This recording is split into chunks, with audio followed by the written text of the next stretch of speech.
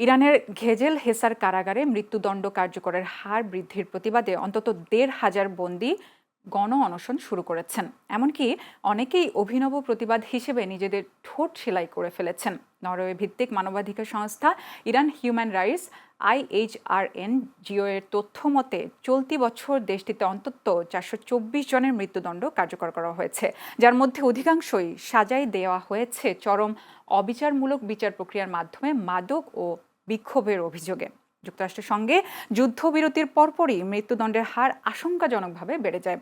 অনশনরত কয়েদিরা মৌলিক অধিকার রক্ষা ও আন্তর্জাতিক মহলের নজর কাড়তে জীবন বাজি রেখে প্রতিবাদের পথ বেছে নিয়েছেন। তবে পরিবারগুলো জেলের বাইরে বিক্ষোভ করতে গেলে তা বল প্রয়োগ করে দমন করেছে কারা কর্তৃপক্ষ।